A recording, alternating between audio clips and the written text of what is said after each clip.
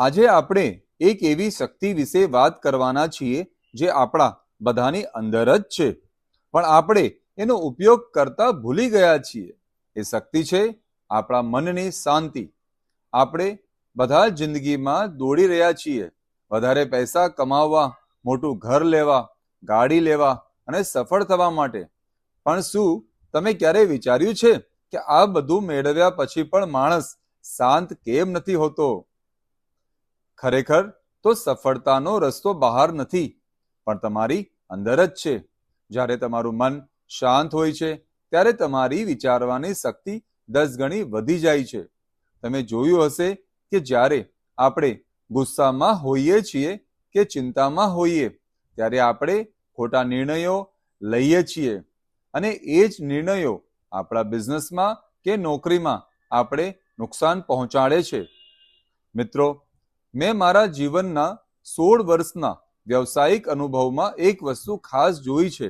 જે વ્યક્તિ પોતાના મન પર કાબુ રાખી શકે છે તે ગમે તેવી મુશ્કેલ પરિસ્થિતિમાં પણ રસ્તો કાઢી જ લે છે. રિયલ એસ્ટેટ હોય કે બીજો કોઈ પણ બિઝનેસ, જ્યારે ગ્રાહક તમારી સામે હોય અને પરિસ્થિતિ તણાવભરી હોય ત્યારે તમારી શાંતિ જ તમને સાચો સોદો કરવામાં મદદ કરે છે.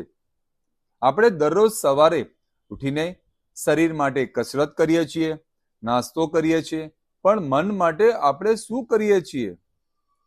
મન તો એક એવા બગીચા જેવું છે જેમાં જો તમે સારા વિચારોના ફૂલ નહીં વાવો તો નકામો ઘાસ જરૂરથી ઉગી નીકળશે.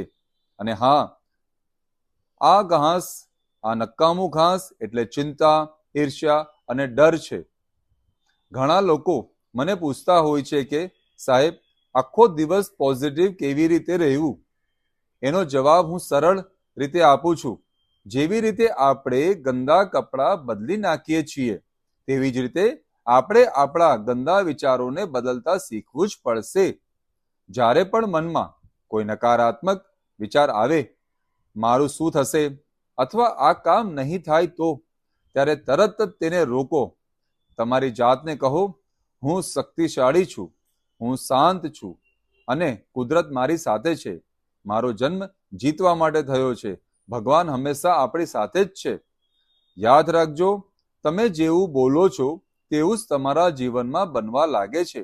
જો તમે આખો દિવસ ફરિયાદ જ કર્યા કરશો તો તમારી પાસે ફરિયાદ કરવાવાળા લોકો જ ભટકાશે અને ફરિયાદ કરવાના કારણો પણ વધતા જશે. પણ જો તમે નાની નાની ખુશીઓ માટે ભગવાનનો આભાર માનવાનું શરૂ કરશો તો તમારા જીવનમાં ખુશીઓ અને સમૃદ્ધિના દરવાજાઓ ભગવાન ખોલી આપશે. સફળતા એટલે ફક્ત બેંક બેલેન્સ જ નથી, પણ રાત્રે ચેનથી, સુખેથી સૂઈ શકવું એ અસલી સફળતા માનવામાં આવે છે. જ્યારે તમે અંદરથી ખુશ હોવ છો ત્યારે તમારી આસપાસના લોકો પણ તમારી તરફ ખેંચાય છે. તમારા ગ્રાહકો, તમારા મિત્રો અને તમારા પરિવાર તમારી પોઝિટિવ એનર્જી અનુભવી શકે છે. અને જ્યારે લોકો તમારી સાથે જોડાવાનું પસંદ કરે છે ત્યારે તમારો બિઝનેસ, તમારી પ્રતિષ્ઠા આપોઆપ વધવા લાગે છે. મિત્રો, આજથી જ એક નિયમ બનાવો.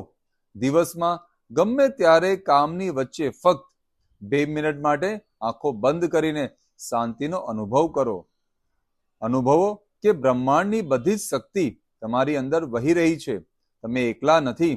આખું જગત તમને સફળ બનાવવા માટે તૈયાર છે. બસ તમારે તમારા મનનો દરવાજો ખોલવાની જરૂર છે. આ સમયે તમારું ધ્યાન તમારી શ્વાસો ઉપર હોવું જોઈએ. હું આશા રાખું છું કે આજની આ વાત તમારા જીવનમાં થોડાક પણ બદલાવ જરૂરથી લાવશે. જો તમને આ વાતો ગમી હોય તો કોમેન્ટમાં ચોક્કસથી જણાવજો અને બીજા મિત્રો સાથે આ વિડીયોને જરૂરથી શેર પણ કરજો. આપણે સાથે મળીને એક સકારાત્મક ગુજરાત બનાવવાનું છે. ધન્યવાદ. જય જય ગરવી ગુજરાત. જય હિન્દ.